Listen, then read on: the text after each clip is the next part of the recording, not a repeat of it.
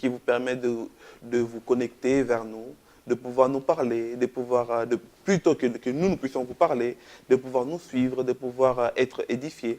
Et je pense qu'aujourd'hui, nous avons encore amené un thème pour vous, un thème qui va peut-être vous aider à comprendre certaines choses, ou peut-être il y a des questions où on se pose, parce que c'est un thème que c'est vraiment venu des personnes qui nous ont vraiment demandé d'en parler.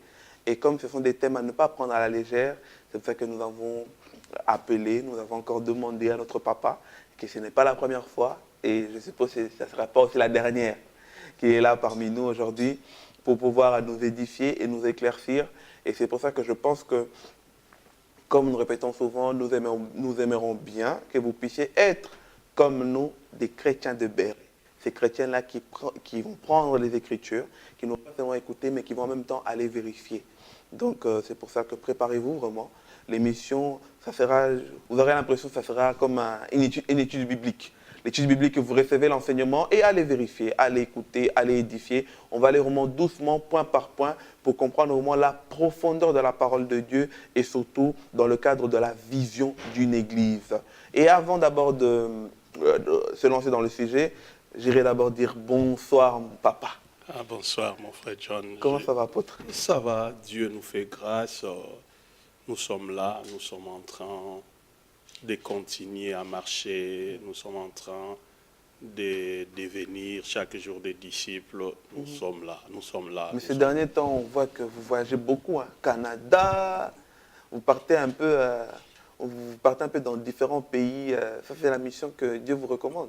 Bon, normalement, ça fait partie du mandat que nous avons reçu du Seigneur. Normalement, c'est notre apostolat. Vous savez, aujourd'hui, vu l'état et les réalités, la condition de l'Église, nous devons aller en mission pour essayer d'apporter notre sagesse, notre compréhension là où le peuple de Dieu a besoin. Le problème, c'est qu'aujourd'hui, nous ne le faisons pas parce que nous voulons voyager. C'est dur voyager, laisser la famille, laisser les amis, laisser la communauté, laisser les gens qui vous aiment.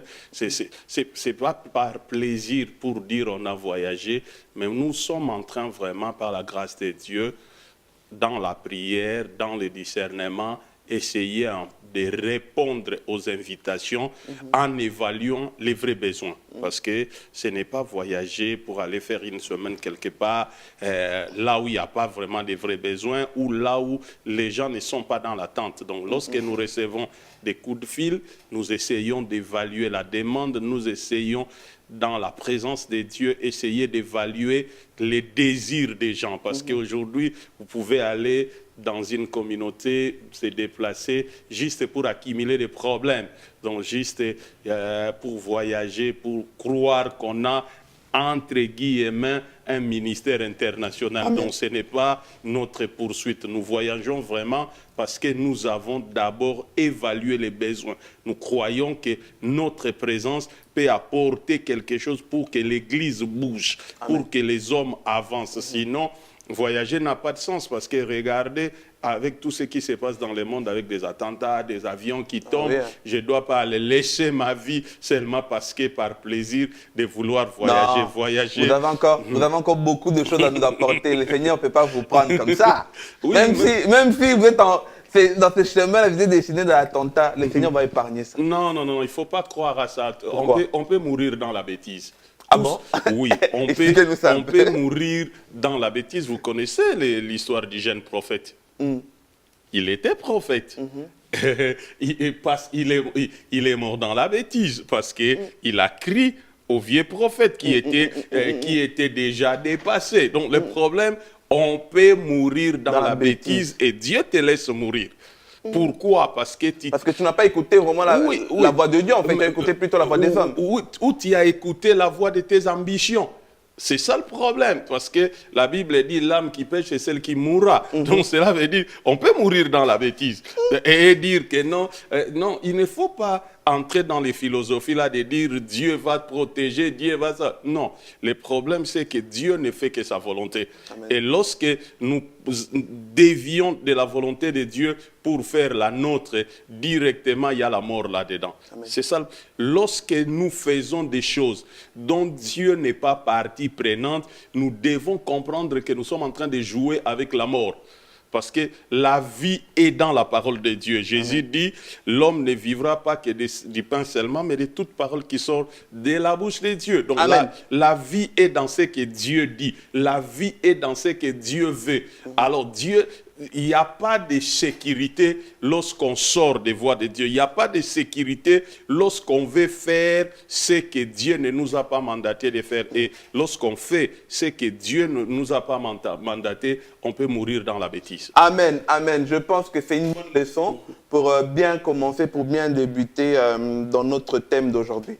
Papa, aujourd'hui on vous a surtout appelé parce que c'est un thème qui vient d'une sœur.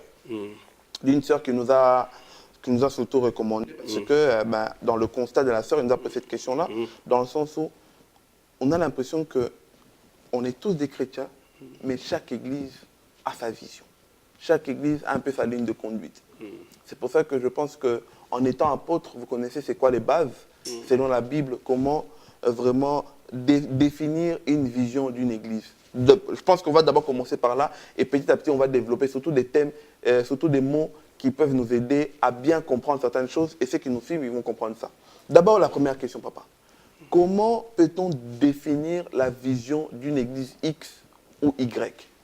Merci pour la question. Vraiment, c'est un enseignement que j'ai même donné à un leader pendant que j'étais au Cameroun, j'étais au Canada, pardon. La vision, c'est quelque chose de très important. Parce que nous avons un texte dans la parole de Dieu, dans le livre des Proverbes, chapitre 29, verset 18. Proverbe dit, quand il n'y a point de vision, le peuple est sans frein. Quand il n'y a pas de vision, le peuple est sans frein. Le peuple est sans gouvernement. Les mots là, sans frein, c'est les mots sans gouvernement. Sans gouvernement, cela veut dire lorsque on fait les choses sans avoir une vision, c'est dangereux. C'est dangereux. Pourquoi? Parce que chacun fera ce qu'il veut. Voilà pourquoi aujourd'hui dans les églises, les pasteurs en souffrent, les leaders en souffrent, les membres en souffrent. Pourquoi? Parce que nos églises sont bâties comme des jungles. Et comment ça, des jungles, papa? Explique-nous ça. Nos églises sont bâties comme les jungles. Cela veut dire qu'il y a la loi du plus fort. Il y a la loi du plus fort. Pourquoi? Parce que nos églises ne sont pas bâties par rapport à une vision. Donc, surtout, comme je l'ai dit la fois passée, nos églises aujourd'hui sont bâties sur deux plateformes qui sont les ambitions et les dons. Les ambitions et les dons. C'est quoi les ambitions? Donc, cela veut dire, si je suis dans une église, je crois que je peux prêcher, on ne me laisse pas prêcher, je vais aller commencer une église juste pour avoir une plateforme pour prêcher. Cela veut dire la vision de cette communauté sera mon ambition de prêcher. Je suis dans une église. Je crois que je dois avoir un titre ou je crois qu'on doit me donner des responsabilités. On ne me donne pas de responsabilités, je dis ce n'est pas ma place, je m'invente une vision, je vais commencer une église juste pour être leader. Et la vision de cette église-là tournera sur mon ambition d'être leader. Je suis dans une église, je prêche, je travaille, je fais tout, mais je trouve que les pasteurs et les seuls bénéficiaires, par exemple matériellement, ou les seuls bénéficiaires des dons, ou toutes les opportunités qu'il y a dans l'église. Je suis frustré, je quitte l'église, je vais commencer une communauté. Et comment ces personnes-là, lorsqu'ils sortent, ils prétendent dire que le Seigneur m'a mis à cœur que je dois partir? Mais la Bible dit, de l'abondance des paroles naissent des visions. De l'abondance des paroles naissent des rêves. Donc ce n'est pas ces personnes-là, c'est les problèmes de maturité. D'abord, c'est le problème de maturité parce que à cause de tes ambitions, tu peux te tromper et te croire que Dieu est en train de me parler. Parce que regardez, on a deux images de Samuel, dans deux cas différents où Samuel est en train de se tromper. Mais il avait l'appel de Dieu. Il avait en lui le ministère. D'abord, quand il est enfant, dans la maison d'Élie, Dieu est en train de lui parler. Samuel s'est trompé 2 fois parce qu'il croyait que ce n'était pas Dieu qui était en train de lui parler, mais c'était Élie qui l'appelait. Donc, et puis, la deuxième fois, Samuel, à l'apogée de son ministère, il est mature. Il a même l'école des prophètes qu'il dirige à Rama. Mais nous voyons Samuel aller oindre David, s'est trompé. Cela veut dire... Oh, il s'est trompé en oignant David. Il s'est trompé avant de oindre David. Quand il arrive dans la maison de Jessé, il voit d'abord l'aîné. Il s'est dit peut-être c'est lui. Il a dit c'est lui. Il n'a pas dit peut-être, il a dit c'est lui. Parce qu'il a regardé sa carrière, il a regardé sa position, il a dit que c'est lui. Mais Dieu lui a dit non, moi je ne l'ai pas choisi. Parce que vous, les hommes, vous regardez ce qui frappe aux yeux, mais moi je regarde la posture intérieure. Donc le problème ici, quand quelqu'un dit, quand quelqu'un dit Dieu lui a parlé, nos ambitions peuvent bien nous parler. Nos ambitions peuvent nous parler. À cause de nos ambitions, on peut avoir des visions, on peut avoir des rêves, on peut avoir des songes, on peut même attendre ton esprit te parler et confondre cela à la pensée de Dieu. Et c'est très important, j'ai parlé des ambitions et des dons. Aujourd'hui, beaucoup de ministères sont bâtis non sur une vision, mais beaucoup de ministères sont bâtis par les dons. Parce que j'ai les dons. Il y a des gens qui ont les dons de prophétie. Il a seulement les dons de prophétie. Mais il veut bâtir un ministère sur les dons de prophétie. Et puis, entre guillemets, il se prénomme prophète. Il y a d'autres qui ont les dons de guérison. Il y a d'autres qui ont donc, il y a des gens qui bâtissent les ministères dont la plateforme, c'est les dons. Parce que dans ces ministères-là, si vous enlevez seulement les dons, il n'y a rien. Donc, alors qu'un ministère ne peut pas être bâti sur des... Non, un ministère doit être bâti sur une vision. Une vision. Voilà pourquoi la Bible nous dit, quand il n'y a pas de vision, le peuple est sans frein. Pourquoi le peuple est sans frein? Parce que la vision, c'est tout simplement la direction. La vision, c'est tout simplement le chemin vers l'avant. La vision, c'est tout simplement la destination d'une personne ou d'un groupe de personnes. C'est dans ce contexte-là que la vision est vitale dans le développement d'une communauté, dans le développement d'une église locale. Pourquoi? Parce que la vision, c'est là où nous sommes en train d'aller. Et c'est cette vision qui met des garde-fous. C'est cette vision qui nous dit ce que nous devons faire et ce que nous ne devons pas faire. La vision, au fait, c'est le mandat. Et lorsque nous regardons la vision, je peux prendre la vision dans des contextes. Je peux parler de la vision comme direction, comme destination d'un groupe ou d'une personne. Je peux aussi parler de la vision comme une révélation donnée par Dieu. La vision, c'est aussi une révélation que Dieu donne. Donc, papa, si je vous suis, en fait, aussi, quelque part, Dieu n'a pas déterminé une vision que toutes les églises doivent suivre. Non, les visions sont révélées en fait à chacun, c'est ça? Un instant, laissez-moi d'abord définir la vision, comme ça je vais répondre clairement dans cette question-là. Parce que si on doit répondre d'arrache-pied à ces questions, je dirais, et pour comprendre ta question, pour avoir une réponse à ta question, il faut regarder les principes du corps. Les principes du corps. Christ prend l'Église, représente l'Église à un corps. Les principes du corps. Dans un corps, le corps dans son ensemble poursuit un but commun. Mais dans ce but-là, à chaque membre du corps est donné une partie, une charge, un mandat. Les bras, la main, n'a pas la même charge que les bras en entier.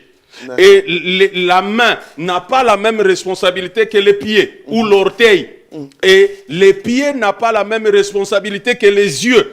Mais tous font partie d'un corps. Cela veut dire, si tu prends les pieds à part, il ne pourra pas remplir le mandat du corps. Parce que l'Église, c'est un corps. Nous avons un mandat global à accomplir. Quel est le mandat global? C'est la volonté de Dieu. Quelle est la volonté de Dieu? Que Dieu règne. Parce que l'Église n'a pas changé les mandats premiers de Dieu. Voilà pourquoi, là où nous avons le danger, lorsque les gens lisent la Bible, parle de l'Église, ils croient que l'Église c'est seulement Matthieu jusqu'à Apocalypse ou Actes des Apôtres et les Épîtres. Mais les gens ne comprennent pas que pour comprendre l'Église, il faut comprendre les buts pour lesquels Dieu a créé l'homme. Parce que le but pour lequel Dieu a créé l'homme n'a pas changé. Donc si on ne maîtrise pas les chapitres 1, 2, 3, 4, 5 du livre de Genèse, on ne saura pas comprendre même les buts de l'Église. Parce que Christ est venu pour, on parle de la rédemption. Christ est venu racheter l'homme pour la ramener à la position première dans laquelle Dieu l'a établi dans les jardins. Donc j'étais en train de parler pour revenir que la vision, on peut la voir de deux manières. On peut le considérer sous deux contextes. D'abord, une direction, les chemins vers l'avant, la destination d'une personne ou d'un groupe de personnes. Donc, lorsque Dieu appelle quelqu'un, appelle un homme, l'appel c'est bon. Tu peux avoir l'appel. Beaucoup de gens sont appelés par Dieu. Mais le problème de beaucoup de gens, quand Dieu l'appelle, il va fonctionner avec l'appel, sans attendre qu'on lui donne le mandat qui deviendra la vision. Parce que Dieu t'appelle, oui, mais il t'appelle pourquoi? Beaucoup de gens, quand il leur demande aujourd'hui, quelle est la vision, ta vision?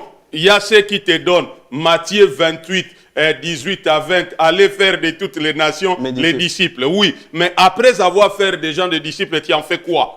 Vous êtes en train d'aller où? Parce que si vous n'avez pas un endroit, si vous n'avez pas une direction où vous êtes en train d'aller, n'importe quelle route, n'importe quel chemin peut vous y amener. Donc on doit comprendre que la vision ici, dans le cadre d'une communauté ou d'une église locale, la vision c'est ce que Christ veut devenir au milieu de nous. Il y a des gens, lorsque vous leur parlez, vous leur demandez la vision, ils vous parlent de Matthieu 28, faire des disciples. D'autres, lorsque vous lui demandez la vision, ils vous parlent des activités. On va faire ceci, on va faire cela. C'est comme si je demandais à mon frère Leta, quelle est la vision des radio-télévision La Foi en Jésus? Ce n'est pas organiser des émissions. Il y a quelque chose que nous sommes en train de poursuivre au-delà.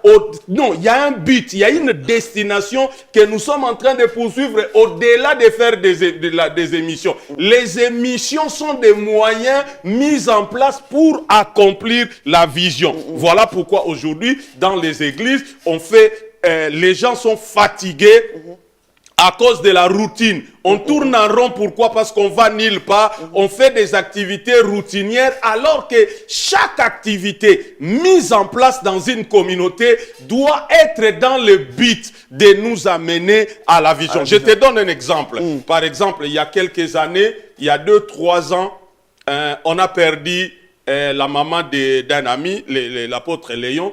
Pendant qu'on a perdu, on était à la morgue, et à la morgue, Dieu a parlé clairement au pasteur Anaclé pour que, par rapport à l'unité des hommes de Dieu, il nous a appelés, on s'est assis, il a dit voilà, pendant que j'étais devant la mort, la maman de Kabongo, Dieu m'a dit, dans mon esprit, c'était clair, ça.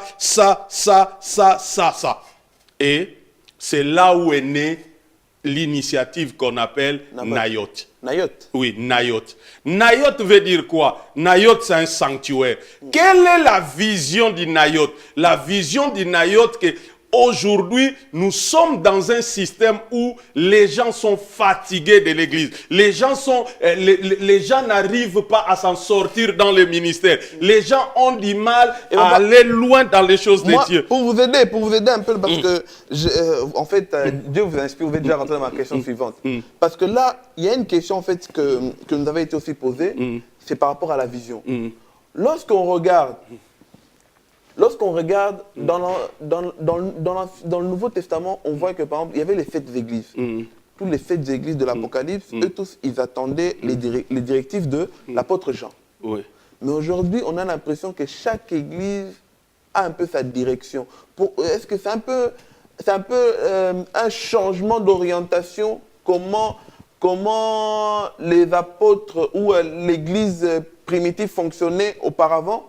Dans le sens que toutes les églises étaient dirigées sous forme de conseil. Mais aujourd'hui, chacun est devenu un peu propriétaire de son église, voire même d'autres considèrent ça comme un patrimoine privé. Non, mais déjà, je vais dire une chose. Je vais rectifier quelque chose que tu dis au début.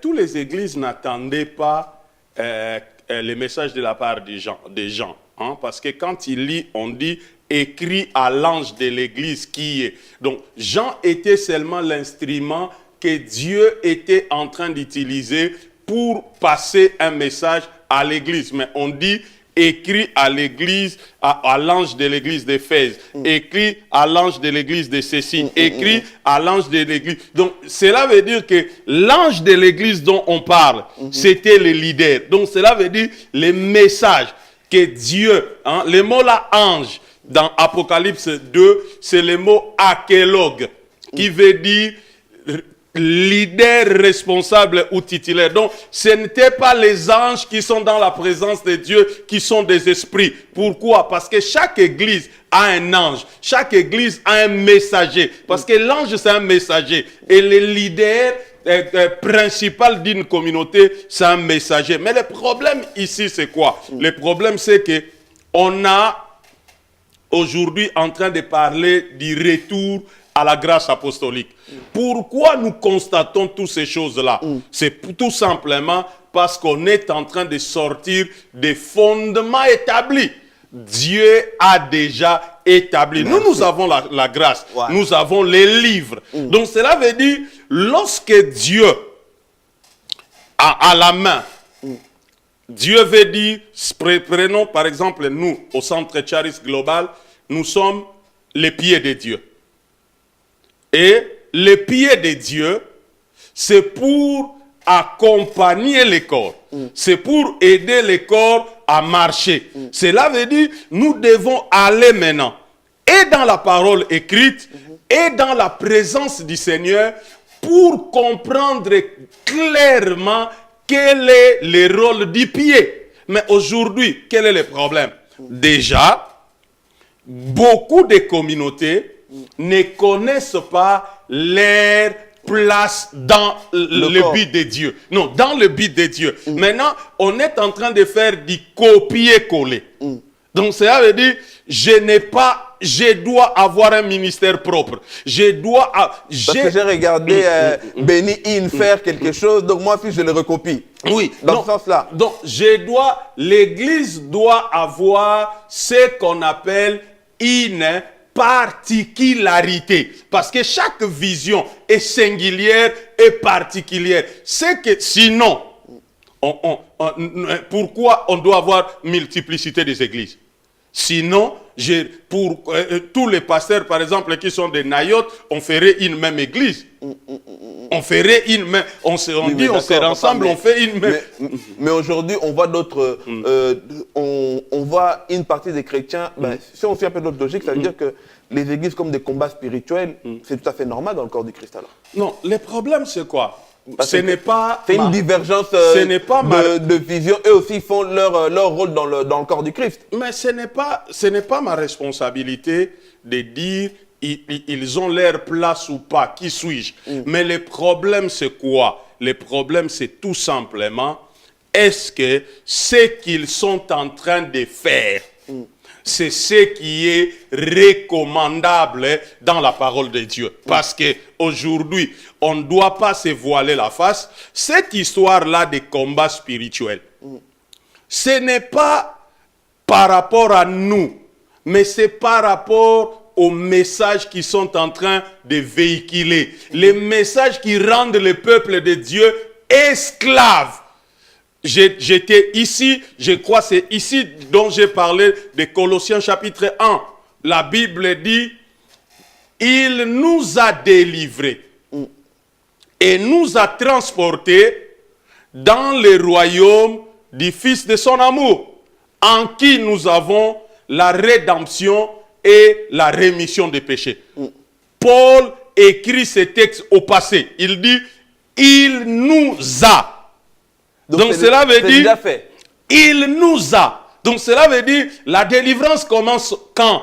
La délivrance commence lorsque Christ vient, met sa main dans le royaume des ténèbres. Il dit, John, j'ai besoin de toi. Parce que la Bible est claire. Il dit, nul ne peut venir à lui si son Père ne l'attire.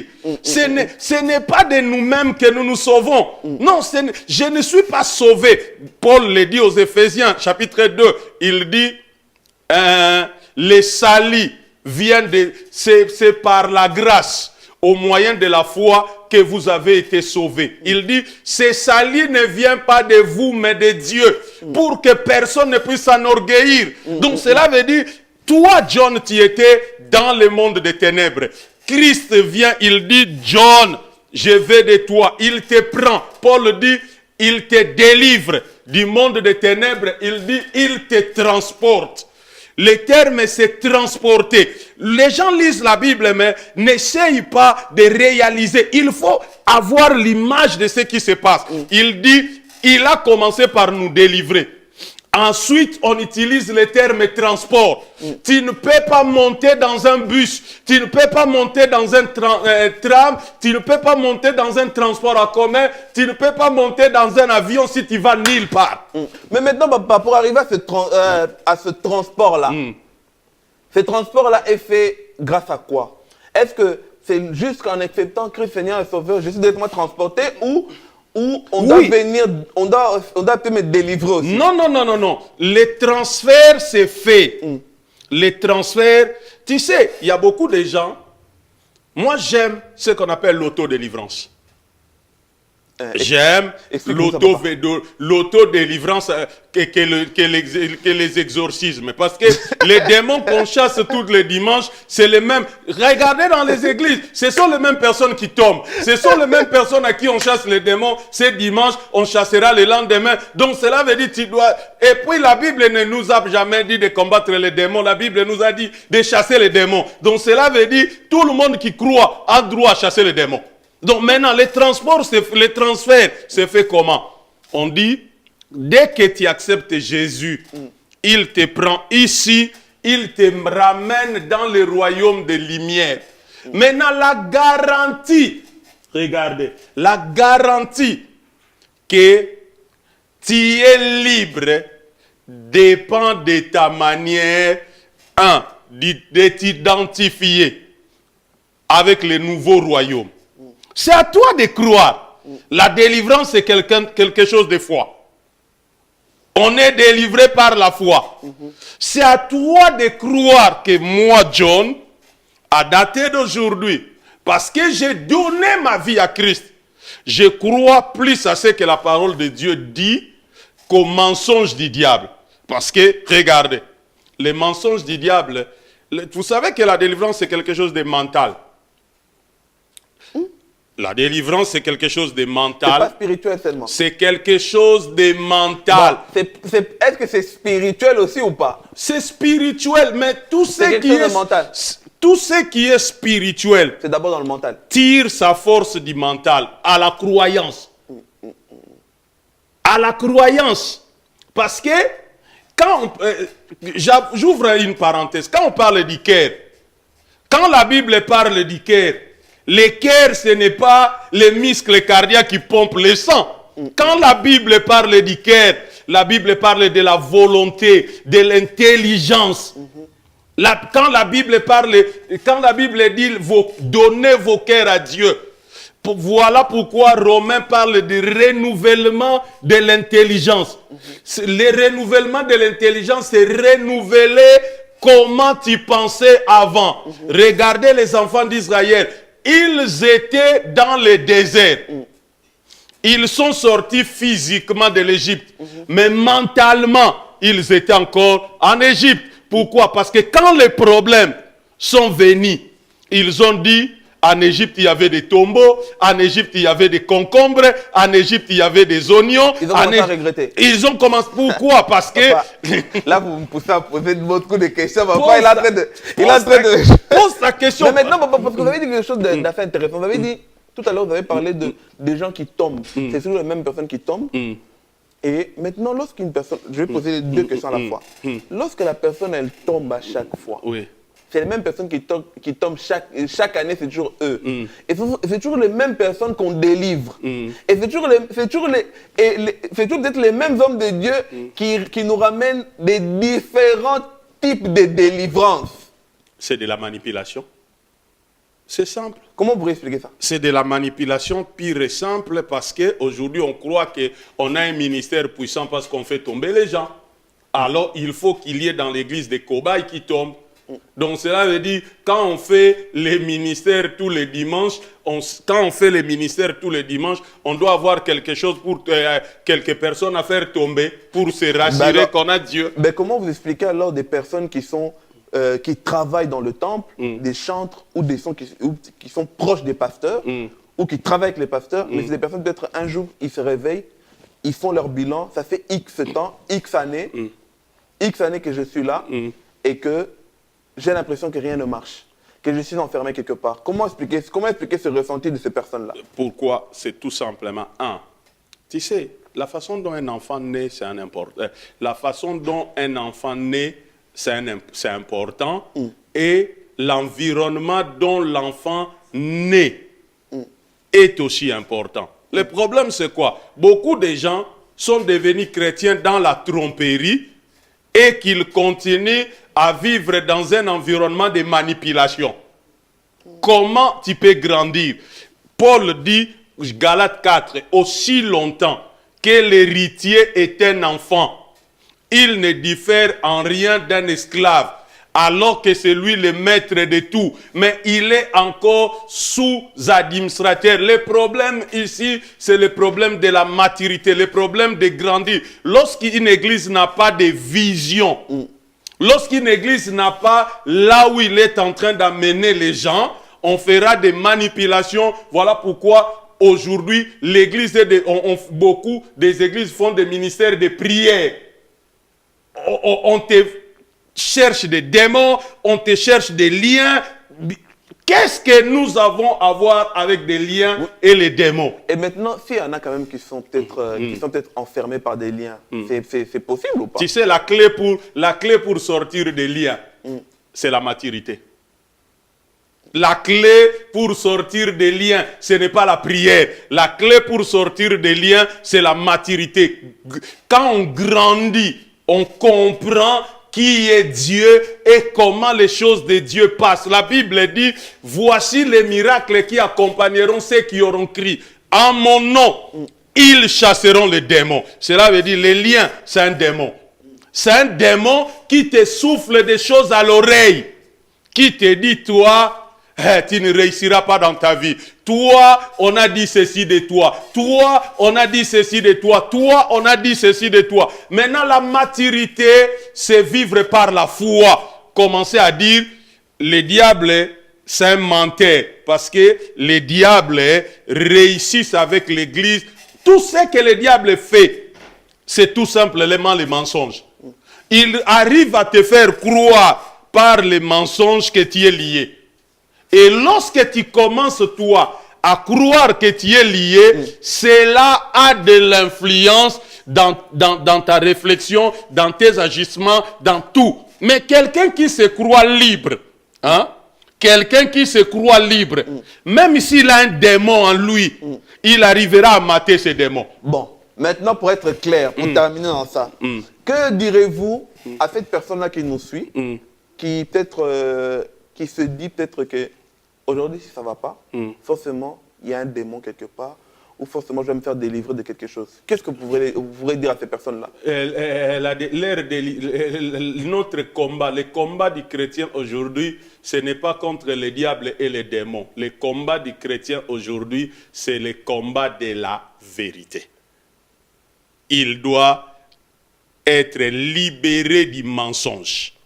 Parce qu'ils ont cru à un système qui est mensonger, qui est en train de les maintenir sous l'emprise du diable. La Bible dit, Jean chapitre 8, verset 31, Jésus dit aux Juifs qui avaient cru en lui, si ils avaient cru en lui, mais Jésus a compris que même avec leur croyance, facilement, ils peuvent être trompés et manipulés par le diable et les démons. Et manipulés par les mauvais prédicateurs. Jésus dit aux Juifs qui avaient cru en lui, si vous demeurez en moi et que mes paroles, qui est moi-même, parce que la parole de Dieu c'est Dieu, la parole de Dieu c'est Christ. Si vous demeurez en moi et que mes paroles demeurent en vous, vous serez mes disciples. Qui est un disciple? Un disciple, ce n'est pas un croyant. Un disciple, c'est un élève, c'est un étudiant. C'est celui qui suit un maître dans le but de devenir comme le maître. Vous serez mes disciples. Vous deviendrez comme moi. Et en devenant disciple, il y a une clé importante. Un disciple connaît la vérité. Il dit, vous deviendrez mes disciples et vous connaîtrez la vérité. Tout chrétien doit connaître la vérité concernant les liens, les malédictions et tous les démons là. Donc, vous connaîtrez la vérité et c'est la vérité qui donne la liberté. Amen. C'est la vérité qui donne la liberté. Donc, ceux-là qui croient qu'ils ont des liens, des malédictions, ils sont tout simplement trompés par les diables s'ils ont donné leur vie à Jésus. Je te donne un exemple. J'ai cité Colossiens ici. Il dit, il nous a transportés. Et il nous a délivrés du royaume des ténèbres et nous a transportés. Cela veut dire, il nous a fait quitter le royaume des ténèbres vers un autre royaume. Celui des lumières. Maintenant, dans le royaume des lumières, pourquoi l'homme change? Parce que dans le royaume des lumières, les ténèbres est exposé. Tu vois, les ténèbres c'est l'ignorance, les ténèbres c'est le mensonge du diable, les ténèbres c'est ce qui rendent les gens captifs parce que lorsque tu vis dans le royaume des ténèbres, lorsque tu vis dans l'ignorance, tu n'arrives pas à réaliser qui tu es exactement. Amen. Maintenant, lorsqu'on t'amène dans le royaume des lumières, tu es exposé. Tu vois, regarde, si je suis mal habillé dans les ténèbres, je peux même faire la fière. Je peux même faire la fière. Je suis mal habillé. Mais comme on est dans les ténèbres, personne ne me voit. Je suis habillé, j'ai oublié de mettre les pantalons. Donc je suis à demi-nu. Mais comme on est dans les ténèbres, dans les noirs, personne ne se rend compte que je suis nu. Mais ok, dans la lumière, on va vous voir. Si on allume la lumière, c'est là où ce ne sera pas les autres, c'est moi-même qui va d'abord premièrement me rendre compte que non, je suis à moitié nu. C'est ça le problème avec beaucoup de chrétiens. Ils sont nés dans les mensonges, ils grandissent dans un ministère bâti sur la manipulation, ils sont ignorants, ils ne connaissent pas le but de Dieu pour leur vie. Amen. Et lorsqu'on ne connaît pas le but de Dieu pour sa vie, on n'a pas une vision, on ne voit pas, on est aveugle, on ne sait pas aller là où Dieu nous attend. Amen, amen, amen. Wouh. Ça c'est un thème, ne vous inquiétez pas, on ne saura pas le finir, aujourd'hui parce que c'est un grand thème. Je pense que aujourd'hui quand même, on a peut-être aidé déjà une ou deux personnes. Vous que vous nous suivez, soyez déjà que vous êtes responsable de votre vie. Vous êtes, comme papa il vient de dire là, vous êtes donc tout dépend de vous. Yes. Et tout dépend de votre mental et votre maturité. Prenez vraiment cette autorité-là de dire qu'aujourd'hui, avec le diable, c'est fini. Moi, je suis déjà racheté par Jésus-Christ. Papa, pour terminer, pour une dernière question, pour terminer, comme ça on va clôturer avec ça. Ne vous inquiétez pas, lui c'est notre papa, il va encore revenir et on va encore développer d'autres thèmes dans l'avantage pour pouvoir faire asseoir les enfants de Dieu dans les Écritures. J'espère que vous avez pris note de tous les versets qu'on a donnés aujourd'hui parce que ce sont pour vous permettre que non, vous avez de la valeur et vous avez cette responsabilité-là d'être vraiment le seul et unique autoritaire de votre vie. Amen. Papa, maintenant, pour cette question-là, pour aider le peuple de Dieu en 30 secondes, comment une personne peut être sûre de l'église où elle est, la vision est bonne ou pas? Déjà, la première des choses, beaucoup de gens vont à l'église dans de mauvaises conditions. Déjà, dans l'église, pour l'adoration, on ne doit pas accepter tout le monde. Parce que la Bible dit que c'est le Seigneur qui a ajouté à l'église le nombre de sauvés. Quelqu'un ne peut aller qu'à l'église s'il est sauvé. Voilà, c'est là où l'église est en train de faillir. On invite les gens dans des réunions de puissance. On invite des gens dans des réunions, mais on n'évangélise pas. On ne gagne pas les âmes à Christ. Quand quelqu'un est gagné à Christ, il a regretté ses péchés, il a donné sa vie à Christ. Lorsqu'il devient membre d'une église, il est né de nouveau, il va à l'église pour grandir, atteindre la maturité, Mais les gens vont à l'église parce qu'on leur a dit qu'ils ont des problèmes, on doit leur faire des prières. Alors les gens vont à l'église pour faire des prières. Déjà, quand tu vas dans une église, on t'invite dans une église, tu acceptes Jésus, tu vas dans une église, c'est ce que j'ai dit. Première réunion, à la fin de réunion, demande au pasteur un rendez-vous. Dis au pasteur, je vais devenir membre de cette église, mais je voulais que tu me dises quelle est la vision de l'église. Tu es en train d'amener l'église, où? On va la traiter des rebelles. Même si on la traite des rebelles, c'est de sa vie qu'il s'agit. C'est de sa vie. Vous savez, moi, j'avais une discussion avec des amis pasteurs concernant la pastorale. On me demandait d'entrer dans la pastorale. Je leur ai dit, amenez-moi la vision, je vais lire la vision. Si cette vision cadre avec là où Dieu est en train de m'amener, je serai le bienvenu. Non, le problème aujourd'hui, ne mettez pas ta vie entre les mains de quelqu'un qui t'amène nulle part. Ça sera frustration. On a dit aussi que les pastorales d'aujourd'hui n'amènent aussi certains endroits nulle part. Ne mettez pas ta vie entre les mains de quelqu'un qui t'amène nulle part. Je dois être sûr qu'on m'amène quelque part. Amen, amen. Parce que moi, je crois au leadership.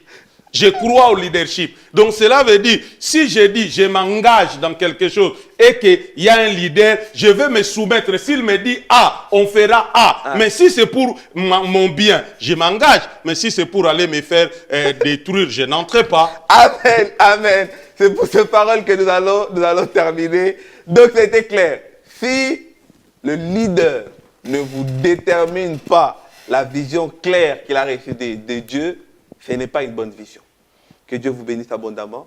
Et si vous avez encore des questions, n'hésitez pas de nous écrire parce que là, on veut vraiment vous apporter des réponses selon à la demande, selon vraiment vos questions les plus fréquemment posées, selon vos doutes. Si il y a des choses qui n'ont pas été claires aujourd'hui, écrivez-nous. Notre apôtre, il est tellement gentil, il est tellement vraiment pour le service de l'édification du corps du Christ. Il va encore revenir pour nous éclairer ça. Que Dieu vous bénisse abondamment, soyez bénis et n'oubliez pas que vous êtes le maître de votre vie. Alors prenez cette autorité-là de sortir du ténèbre et vivre dans la lumière avec Jésus-Christ. Que Dieu vous bénisse abondamment. Bye bye. Au revoir.